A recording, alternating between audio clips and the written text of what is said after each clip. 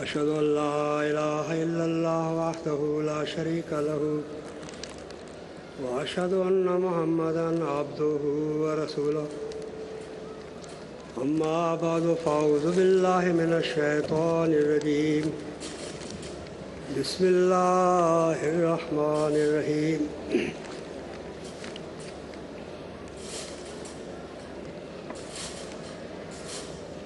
محترم صدر اجلاس اور سامعین کرام، آج کے اجلاس میں خاکسار ہستی باری تعالیٰ کے موضوع پر مختصر پیرائے میں چند باتیں عرض کرنا چاہتا ہے۔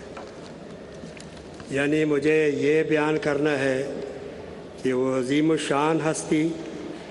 جو سرب الفلک اور ہیبت ناک پہاڑوں کے پس پردہ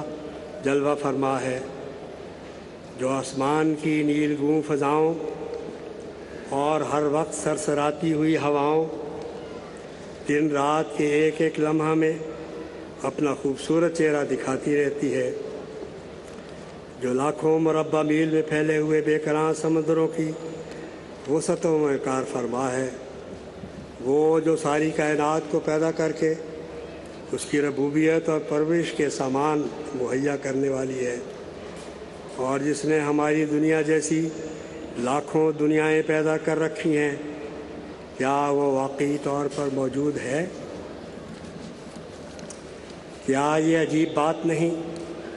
کہ جس انسان کی فطرت اور نیچر میں خدا تعالیٰ نے اپنی ہستی کا اقرار ریکارڈ کیا ہوا ہے، وہی انسان آج کی مادی چمک دمک اور سائنسی انکشافات سے مسحور ہو کر خدا کی ہستی کا ہی منکر ہوتا جا رہا ہے، جبکہ یہ ساری صلاحیتیں اس کو اسی برتر ہستی نے عطا کی ہیں، ورنہ انسان اپنی حقیقت میں لا شے محض ہے۔ ایک سانس کے اوپر یا نیچے ہو جانے سے یا تو عالم وجود میں آ جاتا ہے یا پھر عالم فنا میں چلا جاتا ہے۔ خود انسانی فطرت ہی ہستی باری تعالیٰ کا ایک ثبوت ہے کہ کٹر سے کٹر دہریہ انسان پر جب کبھی مصیبت کی گھڑی آتی ہے تو بے اختیار خدا کو پکارنے لگ جاتا ہے۔ حضرت ڈاکٹر میر محمد اسماعیل صاحب رضی اللہ تعالیٰ عنہ جب تعلیم حاصل کر رہے تھے تو ان کے ساتھ ایک دہریہ بھی پڑتا تھا۔ ایک مرتبہ اچانک زلزلہ آیا تو بے اختیار اس کے منہ سے رام رام کے الفاظ نکل گئے۔ حضرت میر صاحب نے اس سے پوچھا کہ تم تو خدا کی ذات کے منکر ہو، پھر تم نے رام رام کیوں کہا؟ تو اس نے جواب دیا کہ مجھ سے غلطی ہو گئی، لیکن ہم کہتے ہیں کہ یہی وہ غلطی ہے جو ہر منکر خدا سے ایسے وقت میں ہوتی رہتی ہے، کیونکہ یہ فطرت کا تقاضا ہے۔ قرآن مجید نے اس فطری تقاضا کا ذکر اس طرح فرمایا ہے۔ سورہ اعراف کی آیت 173 کا ترجمہ پیش کرتا ہوں۔ اللہ تعالیٰ فرماتا ہے، اور جب تیرے رب نے بنی آدم کی پیٹھوں میں سے ان کی اولادوں کو لیا اور ان کو اپنی جانوں پر گواہ ٹھہرایا اور پوچھا، کیا میں تمہارا رب نہیں؟ انہوں نے کہا، ہاں ہاں، ہم اس بات کی گواہی دیتے ہیں۔ گویا ہستی باری تعالیٰ کا اقرار فطرت انسانی کا ایک حصہ اور لازمہ ہے۔ یہ اور بات ہے کہ آج کل کی مادی چکا چوند اور سائنسی ترقی نے انسان کے اندر ایک جاہلیت والا تکبر پیدا کر دیا ہے کہ ہمیں خدا کی ضرورت نہیں، بلکہ خدا ہے ہی نہیں، تاکہ مذہبی اور اخلاقی طور پر جو پابندیاں عائد ہوتی ہیں ان سے آزاد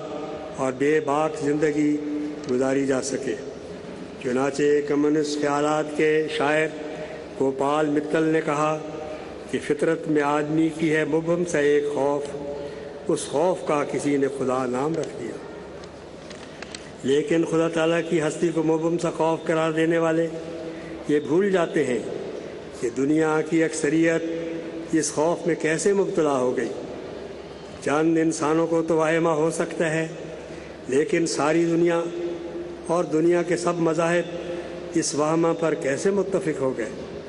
سچ تو یہ ہے کہ خدا کی ہستی کے منکر یا اس کے وجود کو واہمہ قرار دینے والوں کی تعداد نہایت ہی قلیل ہے، اور وہ بھی ایسے افراد ہیں جنہیں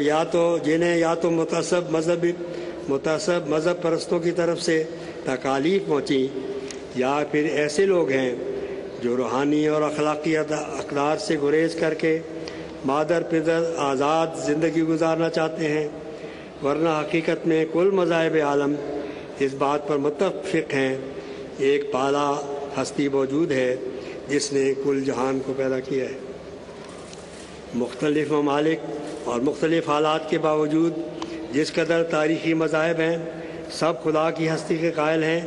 وہ خدا کی صفات کے تعلق میں کہ ان میں اختلاف ہو تو ہو، مگر خدا کی ہستی پر سب متفق ہیں۔ موجودہ مذاہب یعنی اسلام، مسیحیت، یہودیت، بدھزم، سکھزم، ہندوازم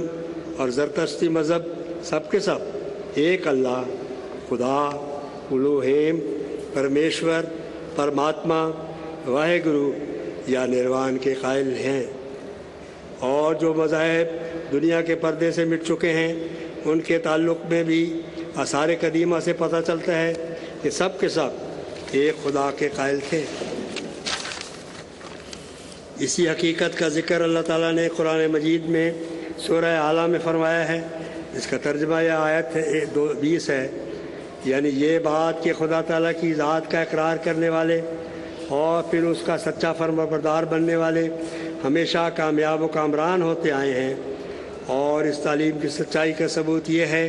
کہ یہ بات تمام مذاہب میں مشترک ہے۔ پہلے صحیفوں میں بھی یہ بات پائی جاتی ہے،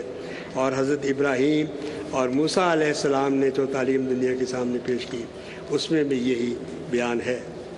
پس مذاہب عالم خواہ وہ امریکہ کے الگ تھلگ بر اعظم میں پیدا ہوئے ہوں یا افریقہ کے جنگلوں میں، خواہ روم میں یا انگلستان میں، خواہ جاوا اور سماٹرا میں یا سائبیریا اور منچوریا میں، ان سب کا خدا کی ذات پر اتفاق ہونا، اور وہ بھی ایسے وقت میں جب کہ آج کل کے زمانے کی طرح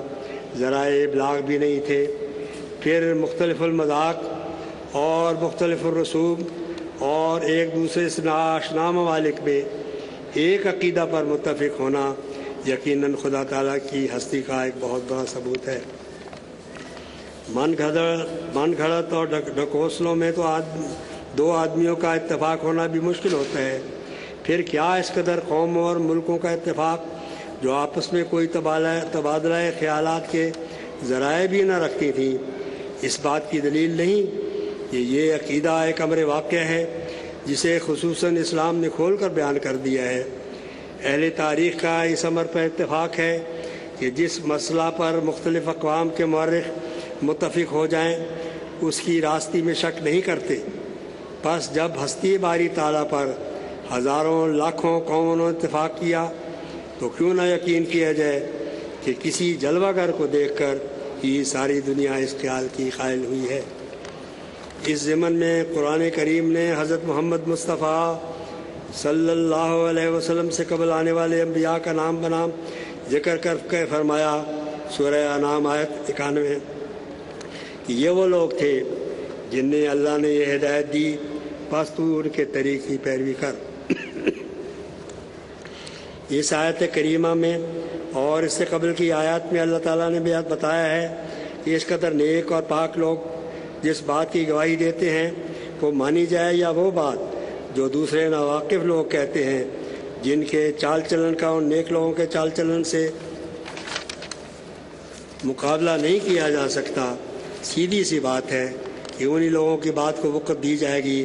جو اپنے چال چلن اور اپنے اعمال سے دنیا پر اپنی نیکی اور پاکیزگی کا سکہ جما چکے ہیں۔ اس لیے ہر شخص کا فرض ہے کہ وہ انہی کی پیروی کرے اور ان کے مقابل پر دوسرے لوگوں کی بات کا انکار کر دے۔ چنانچہ ہم دیکھتے ہیں کہ دنیا میں جس قدر بھی راست باز اور نیک لوگ آئے ہیں ان سب نے اس بات کی گواہی دی کہ اس دنیا کی خالق و مالک ایک بالا ہستی ہے جسے مختلف زمانوں میں پرمیشور، گاڈ یا اللہ لکھا گیا ہے۔